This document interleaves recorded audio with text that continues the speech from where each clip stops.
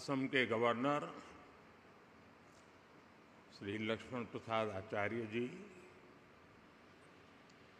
ऊर्जावान मुख्यमंत्री Hemanta Biswa Sharma ji, industry leaders, अन्य महानुभाव, देवी और सज्जनों, पूर्वी भारत और नॉर्थ ईस्ट की भूमि आज एक नए भविष्य की शुरुआत करने जा रही है। एडवांटेज आसाम पूरी दुनिया को असम के पोटेंशियल और प्रोग्रेस से जोड़ने का एक महाअभियान है। इतिहास गवाह है कि पहले भी भारत की प्रॉस्पेरिटी में ईस्टर्न इंडिया का बहुत बड़ा रोल हुआ करता था। आज जब भारत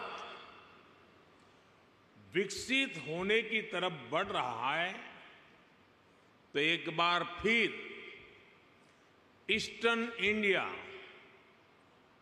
हमारा ये नॉर्थ ईस्ट अपना सामर्थ्य दिखाने जा रहा है। एडवांटेज आसाम को मैं इसी स्पिरिट के रिफ्लेक्शन के रूप में देख रहा हूं। मैं असम सरकार को, हेमंता जी की पूरी टीम को इस भव्य आयोजन के लिए बहुत बहुत बधाई देता हूं। मुझे याद है 2013 में मैं चुनाव अभियान के लिए आसाम का दौरा कर रहा था, तो एक सभा में ऐसे ही मेरे मन से एक शब्द निकला था और मैंने कहा था, वो दिन दूर नहीं जब लोग अल्फाबेट पढ़ना शुरू करेंगे तो कहेंगे ए फॉर आसाम।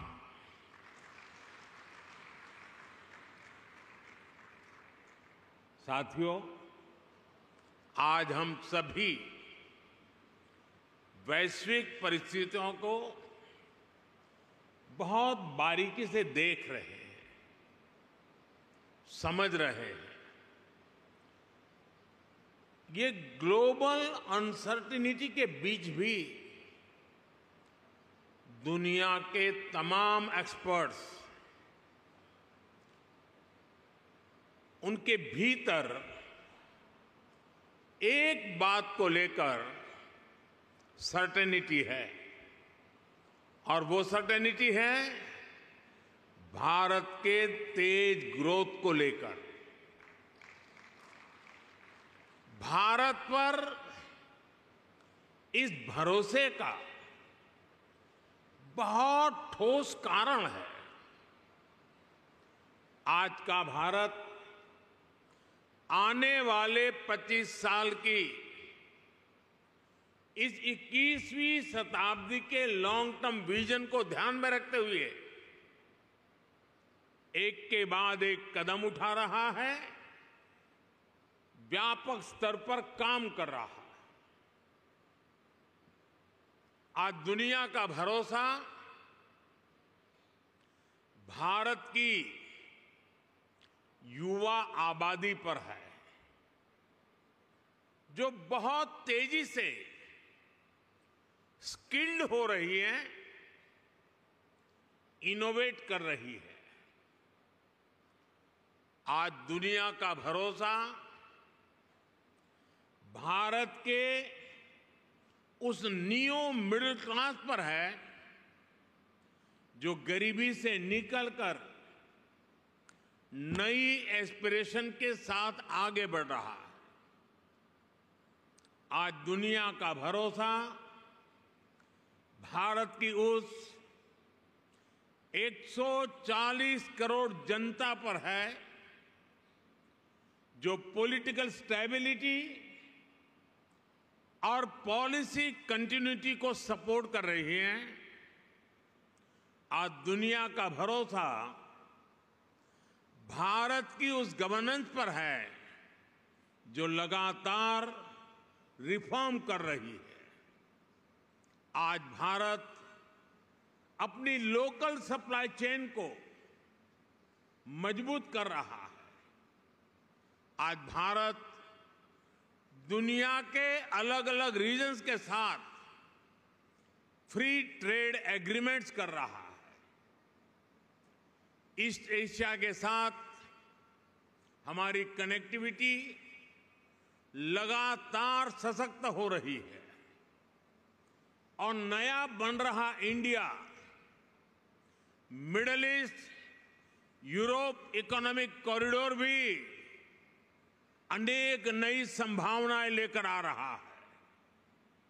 साथियों, भारत पर मजबूत होते ग्लोबल ट्रस्ट के बीच आज हम सभी यहां असम में जुटे हैं, मां कामाख्या की धरती पर जुटे हैं।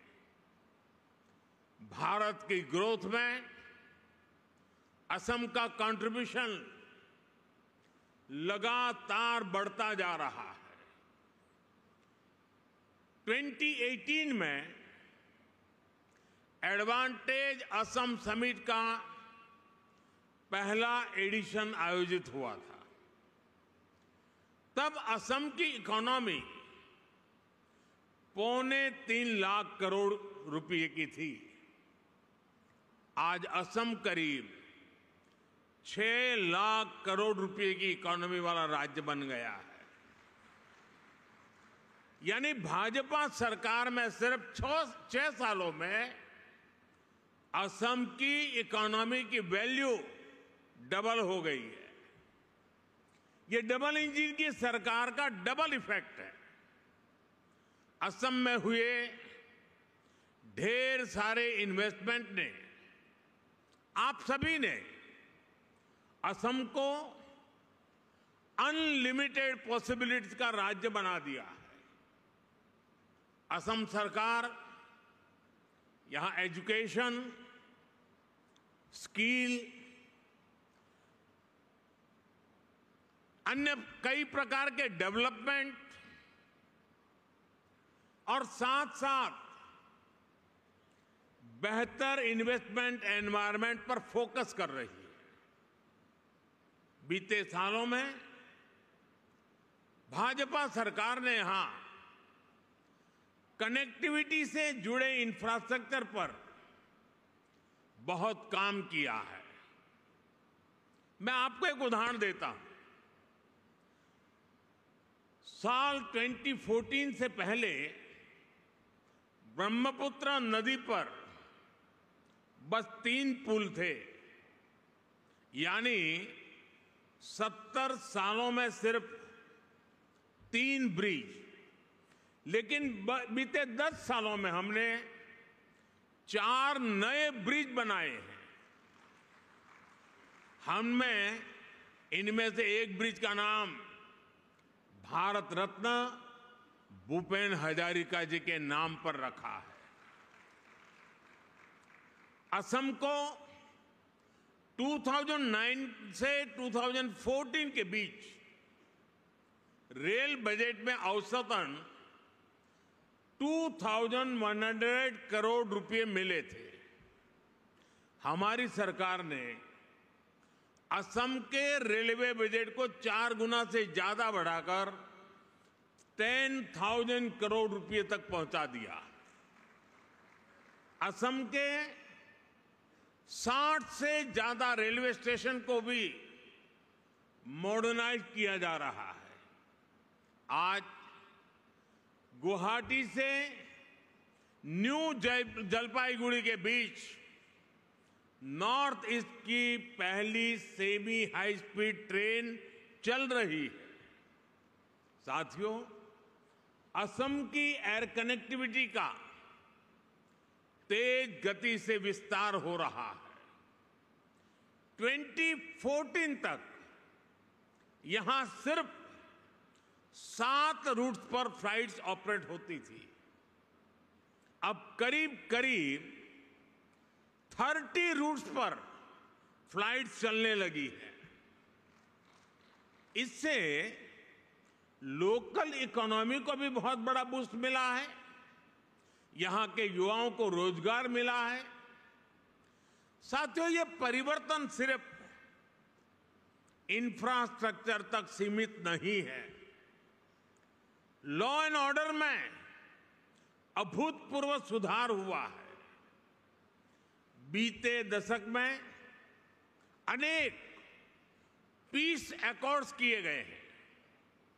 बॉर्डर से जुड़े लॉन्ग पेंडिंग इश्यूज का समाधान किया गया है। आज असम का हर रीजन, हर नागरिक, हर युवा यहां के विकास के लिए दिन रात मेहनत कर रहा है। साथियों, आज भारत में इकोनॉमी के हर सेक्टर में, हर लेवल पर बड़े रिफॉर्म्स हो रहे हैं। हमने ईज ऑफ डूइंग बिजनेस के लिए निरंतर काम किया है। हमने इंडस्ट्री और इनोवेशन कल्चर को बढ़ावा देने का पूरा इकोसिस्टम तैयार किया है। स्टार्टअप के लिए नीतियां हो, मैन्युफैक्चरिंग के लिए पीएलआई स्कीम्स हो, या मैन्युफैक्चरिंग कंपनियां और एमएसएमईज को टैक्स में छूट देना हो, हमने हर एक के लिए बेहतरीन पॉलिसीज बनाई है। सरकार देश के इंफ्रास्ट्रक्चर पर भी बहुत बड़ा इन्वेस्टमेंट कर रही है। इंस्टीट्यूशनल रिफॉर्म, इंडस्ट्री, इंफ्रास्ट्रक्चर और इनोवेशन का यही कॉम्बिनेशन भारत की प्रगति का आधार है। और इसलिए इन्वेस्टर्स भी देश के पोटेंशियल को, उनकी और देश की प्रगति की पॉसिबिलिटीज को बदलता हुआ देख रहे हैं। और इस प्रगति में असम भी डबल इंजन की स्पीड से आगे बढ़ रहा है। असम ने 2030 तक अपनी इकोनॉमी को 150 बिलियन तक पहुंचाने का टारगेट सेट किया है। मुझे विश्वास है असम इस लक्ष्य को जरूर हासिल कर सकता है। मेरे इस विश्वास का कारण असम के सामर्थ्यवान और प्रतिभाशाली असम के लोग हैं, यहां की भाजपा सरकार का कमिटमेंट है। असम आज साउथ ईस्ट एशिया और भारत के बीच का गेटवे बनकर उभर रहा है। इस पोटेंशियल को और आगे बढ़ाने के लिए सरकार ने North East transformative industrialisation scheme यानी उन्नति शुरू की है। ये उन्नति स्कीम असम समेत पूरे नॉर्थ ईस्ट में इंडस्ट्री को, इन्वेस्टमेंट को, टूरिज्म को गति देगी। मैं इंडस्ट्री के आप सब साथियों से कहूंगा, इस स्कीम और असम के अनलिमिटेड पोटेंशियल का पूरा लाभ उठाइए। असम की नेचुरल रिसोर्सेज और स्ट्रेटेजिक लोकेशन इस राज्य को इन्वेस्टमेंट का प्रीफर्ड डेस्टिनेशन बनाती है। असम के सामर्थ्य का एक उदाहरण असम टी है। असम टी अपने आप में एक ब्रांड है जो दुनिया भर में चाय के शौकीनों के जीवन का हिस्सा बन चुकी है। असम टी को 200 साल पूरे हो चुके हैं। ये लेगेसी असम को बाकी सेक्टर्स में भी आगे बढ़ने के लिए प्रेरित करती है। साथियों, आज ग्लोबल इकोनॉमी में बहुत बड़ा बदलाव हो रहा है। पूरी दुनिया एक रेजिलिएंट सप्लाई चेन की मांग कर रही है और इसी कालखंड में भारत ने अपने मैन्युफैक्चरिंग सेक्टर को आगे बढ़ाने के लिए मिशन मोड पर काम शुरू किया। हम मेक इन इंडिया के तहत लो कॉस्ट मैन्युफैक्चरिंग को बढ़ावा दे रहे हैं। फार्मास्यूटिकल्स, इलेक्ट्रॉनिक्स, ऑटोमोबाइल, हमारी इंडस्ट्री ना सिर्फ डोमेस्टिक डिमांड्स को पूरा कर रही है बल्कि इंटरनेशनल मार्केट में भी मैन्युफैक्चरिंग एक्सीलेंस के नए बेंचमार्क बना रही है। इस मैन्युफैक्चरिंग रिवॉल्यूशन में असम बहुत बड़ी भूमिका निभा रहा है। साथियों, असम की ग्लोबल ट्रेड में हमेशा से एक हिस्सेदारी रही है। आज पूरे भारत के ऑन शोर नेचुरल गैस प्रोडक्शन का 50% से ज्यादा शेयर असम के पास है। बीते कुछ सालों में यहां की रिफाइनरीज की कैपेसिटी में बहुत बड़ी वृद्धि की गई है। इलेक्ट्रॉनिक्स, सेमीकंडक्टर्स और ग्रीन एनर्जी जैसे इमर्जिंग सेक्टर में भी असम तेजी से उभर रहा है। सरकार की पॉलिसीज के कारण असम हाईटेक इंडस्ट्रीज के साथ साथ स्टार्टअप्स का भी हब बन रहा है। साथियों, अभी कुछ दिन पहले ही बजट में केंद्र सरकार ने नामरूप 4 प्लांट को भी मंजूरी दी है। आने वाले समय में ये urea production plant north east सहित पूरे देश की यूरिया की डिमांड को पूरा करेगा। वो दिन दूर नहीं जब असम पूर्वी भारत का एक बड़ा मैन्युफैक्चरिंग हब बनेगा और इसमें केंद्र सरकार हर तरह से राज्य की भाजपा सरकार को मदद कर रही है। साथियों, 21वीं सदी में दुनिया की प्रोग्रेस डिजिटल रिवॉल्यूशन, इनोवेशन और टेक्नोलॉजिकल प्रोग्रेस पर निर्भर है। इसके लिए हमारी तैयारी जितनी बेहतर होगी, दुनिया में हमारी ताकत भी उतनी ज्यादा होने वाली है। इसलिए हमारी सरकार 21वीं सदी की पॉलिसीज और स्ट्रेटेजीज के साथ तेज गति से आगे बढ़ रही है। हम सब जानते हैं कि इलेक्ट्रॉनिक्स और मोबाइल मैन्युफैक्चरिंग में बीते 10 साल में भारत ने कितनी बड़ी छलांग लगाई है। अब इसी सक्सेस स्टोरी को भारत सेमीकंडक्टर प्रोडक्शन में भी रिपीट करना चाहता है। मुझे गर्व है कि असम सेमीकंडक्टर मैन्युफैक्चरिंग में भी भारत के एक महत्वपूर्ण सेंटर के रूप में विकसित हो रहा है।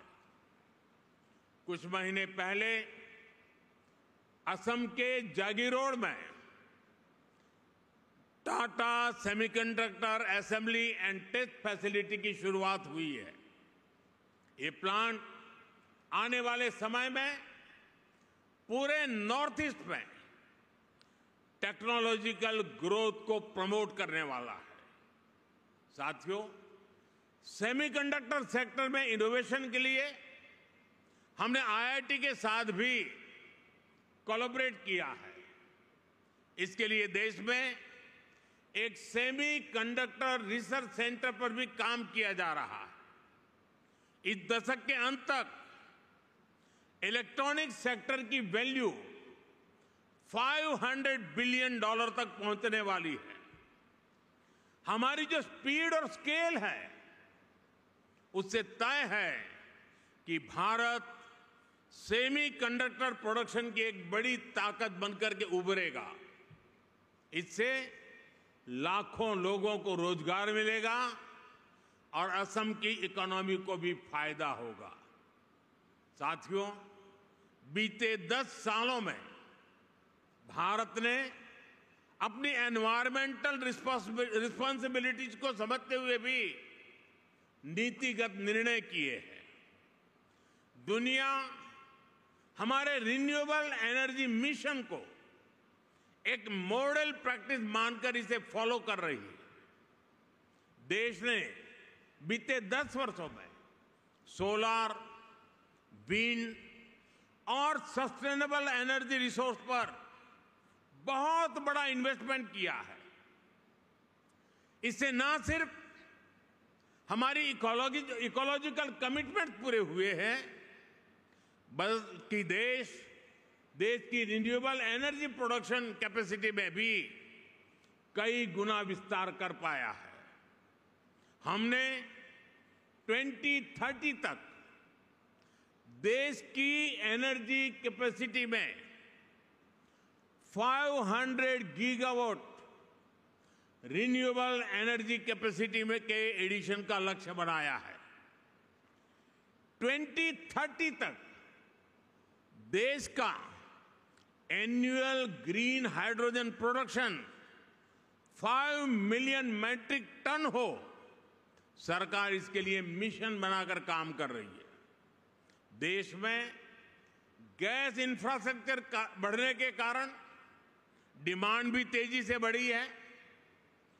गैस बेस्ड इकोनॉमी का पूरा सेक्टर तेजी से एक्सपांड हो रहा है। इस जर्नी में असम के पास बहुत बड़ा एडवांटेज है। सरकार ने आप सबके लिए बहुत सारे रास्ते बनाए हैं। पीएलआई स्कीम से लेकर ग्रीन इनिशिएटिव के लिए बनी सारी पॉलिसीज आपके हित में है। मैं चाहता हूं कि असम रिन्यूएबल एनर्जी सेक्टर में एक लीडर स्टेट बनकर के उभरे, और ये तभी हो पाएगा जब इंडस्ट्री के आप सभी लीडर्स यहां के पोटेंशियल को सही तरह से मैक्सिमाइज करने के लिए आगे आएंगे।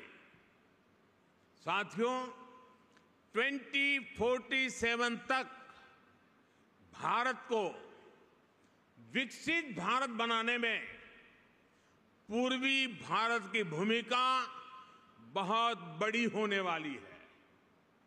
आज पूर्वोत्तर और पूर्वी Bharat infrastructure, logistics, agriculture, tourism और इंडस्ट्री में तेज रफ्तार से आगे बढ़ रहा है। वो दिन दूर नहीं जब दुनिया भारत की डेवलपमेंट जर्नी में इस क्षेत्र को सबसे आगे बढ़ते हुए देखेगा।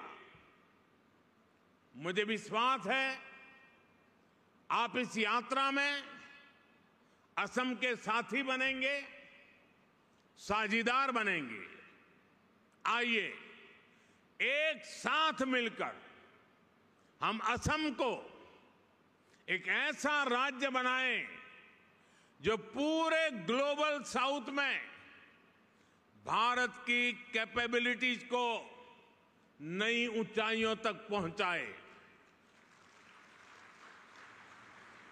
एक बार फिर आज की समिट के लिए आप सभी को मेरी ढेर सारी शुभकामनाएं।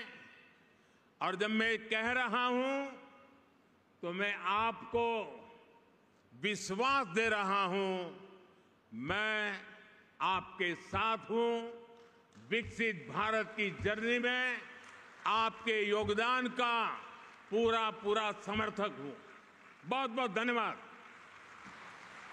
Thank you, sir, for your unwavering support and encouragement for the economic development and prosperity of the state of Assam in your relentless pursuit of a Viksit Bharat. Can we have a big round of applause as a mark of our appreciation?